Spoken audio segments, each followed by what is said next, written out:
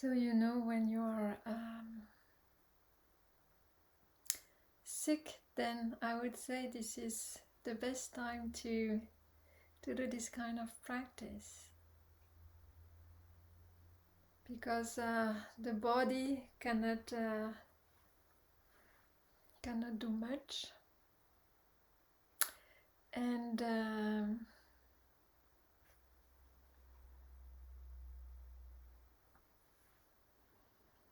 you have to clear your entire schedule. There is nothing to do, actually.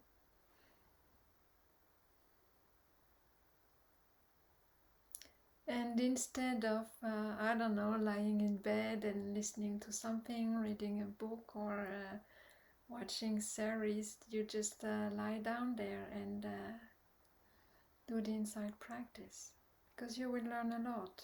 And also because the body, when it's sick, is in lots of pain, then it's quite interesting as well and informative to look at painful feelings.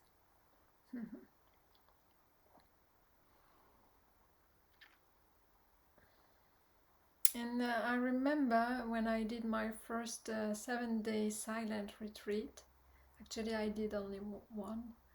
The instruction, the guideline was actually to behave as a sick person.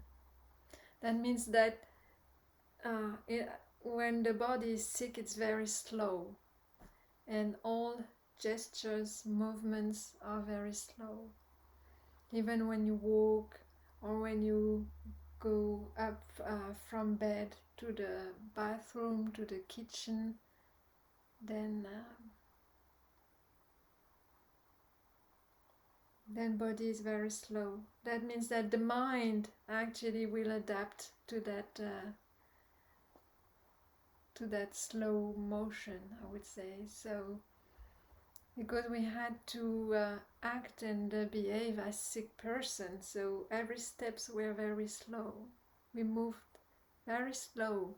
When we would bring up a cup, then same, we would take our time, like we were very, very tired, very, very exhausted. Lift it up like it was so heavy that we had to go very, very slow. Even for eating your meal, like it's very, very difficult because the body is tired. Okay. I'm wondering why the image is lagging, actually. Maybe it's the internet connection that's not that stable. We'll see. So behave as a sick person in daily life. Or when you are sick, then best time to practice. Because if you wait for the best condition to practice, well, there is no such thing as the best conditions, right? So being sick is a good opportunity to practice even more, I would say. Yes. So is there anything you would like to say or comment about the practice you've just did? Any insight, maybe? Yes, I would like to share something. Hello. Yes, please. Hello to all in the group. I am sick still in third week. I'm not healthy. I have a purulent inflammation of ear, nose, and throat, and a slight bronchitis. And I'm quite anxious about that because it takes such a long time, and I need a little bit patience for that. I try to listen, as Iona said, to the sixth senses, and well, my seeing is inside. There are many pictures, many colors, like rainbow, very fluctuating. my hearing is that here is very silent today, Sunday. And my feelings, well, I told before, and I'm anxious about myself, and I don't like to be in. So I try to become a distance to this mindset and to be patient. And but I'm confused. I'm still confused, and I have to slow down. And many things are mixing up. That's what I can say. So it's hard for me not to be suspicious and or trying the own intuition, but I work on it. Yes, thank you very much. You know, Margit, what I see that you're very actually aware about all the activities that goes into yourself. And I find it very, very beautiful actually. Because you are able to be aware of the sounds, be aware of the feelings, be aware of your mental states. And I would say this is all there is actually. And this is, can you realize how beautiful it is to just know all these things in such details? What you've just said is that it will not be different than that. All these things are rising, all these things are mixing up, and all these things are making up your experience. So sometimes they will be very pleasant, sometimes very unpleasant feelings that comes and goes, and anxiety and joy and yeah, fear, and then frustrations, and then happiness. But you see, you notice all of that, so you are quite aware of all of that. And Thank you very much. this is what the practice is actually, not wanting to necessarily change those things, but to be aware of them. Okay, anxiety today, it feels like this. All right. So instead of saying that, yeah, yes, patience around those feelings are welcome, but patience shouldn't be in a sense something that add more suffering to that. Just being aware of it all actually, and you're sometimes people are like you are very aware of so many details, but they do not realize that that's it. Ta-ding! Ta-ding! It comes and goes. Yes. And this is, yes, at the moment we want to change anxiety into something else, into peace, then this is, yeah, where the suffering comes from. Because there is a difference between our current status and what we want our life to be at that moment. And if there is a gap in between the two, yes, there is suffering. Sickness is sickness. Body becomes sick. Yes, at your age, at my age, there are many things that we cannot do any longer because body is sick. And this is, yeah, or because you have also family responsibilities, or we still have to take care of the kid, of the pets, so we have to, let's say, even without having any help, we have to push the body to have a minimum functioning to help others who cannot help themselves. So it's it's a lot of painful feeling. But this is the nature of the body, to get actually to age, to get sick, and to die. Yes, so it's 3 weeks, it's 2 weeks, it changes our plans, or the plans that the mind fabricates. Yes.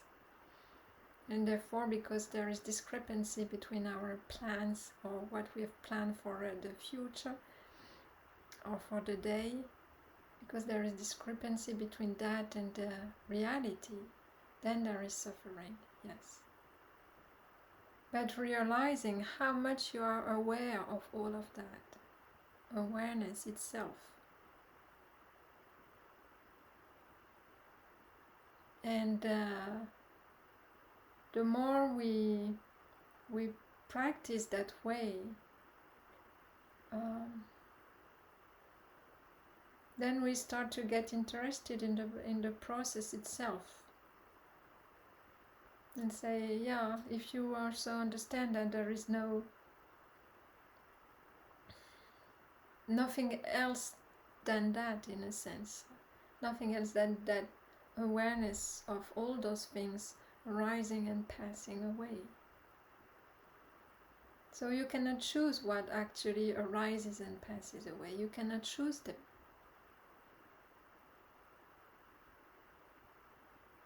Inside this whole activity that you've observed, you do not control them, actually. They arise and ceases according to cause and conditions that you do not choose, yourself as a person. So it's the dance of life. And in that dance of life, yeah, there are painful feelings or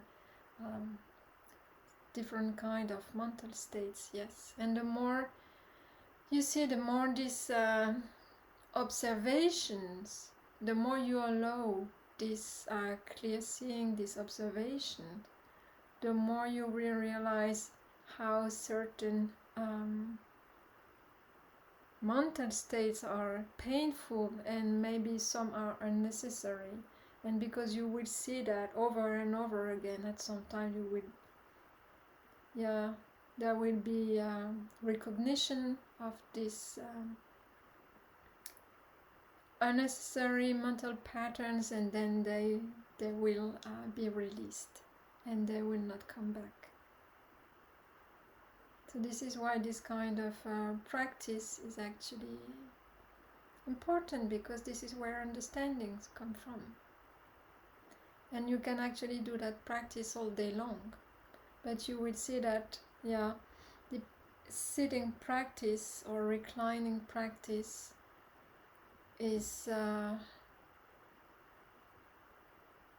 would bring different insight than when standing or walking. But you can do it all day long. And some people just, do that. Just the observing of the dhammas or all conditioned phenomena, it's the main practice, and you will learn a lot about your own experience. Yes. Thank you very much.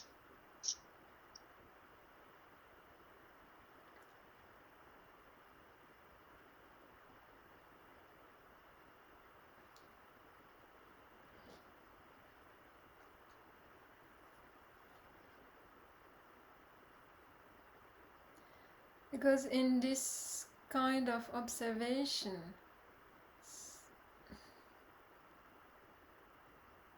you will notice some, let's say, what I call again dhammas, that comes and goes. And there's the knowing of all that activity that doesn't come and go.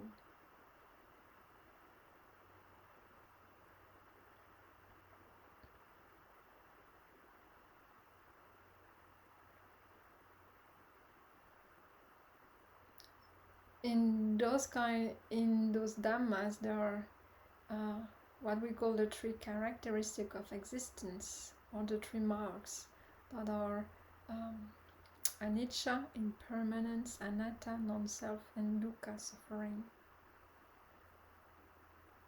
So impermanence, you, with a clear mind, then you can see that they arise and ceases according to factors, to cause and conditions.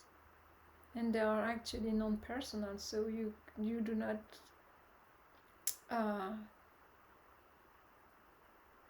they are not yourself, neither me, mine, or myself. they are just their own nature, let's say. And because they are impermanent and changing all the time, then one can say also that they are suffering or not satisfactory, because they arise, they go, they come and go.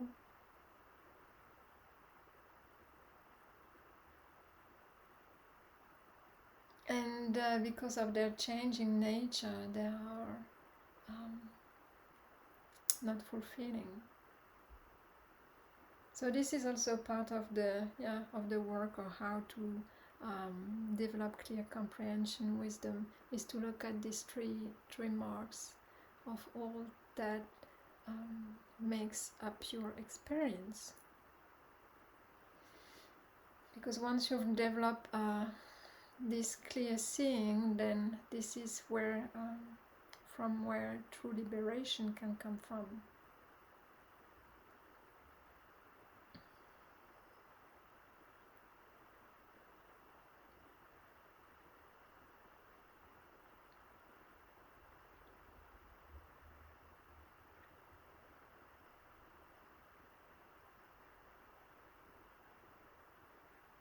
It's not an easy work, I would say. It requires some effort, and also some willingness to do that, some interest, I would say,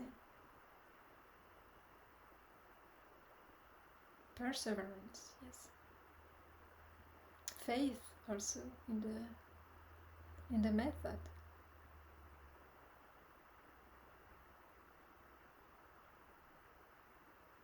And this is quite often unpleasant, to watch inside and to look at all the I would say all the dirt inside.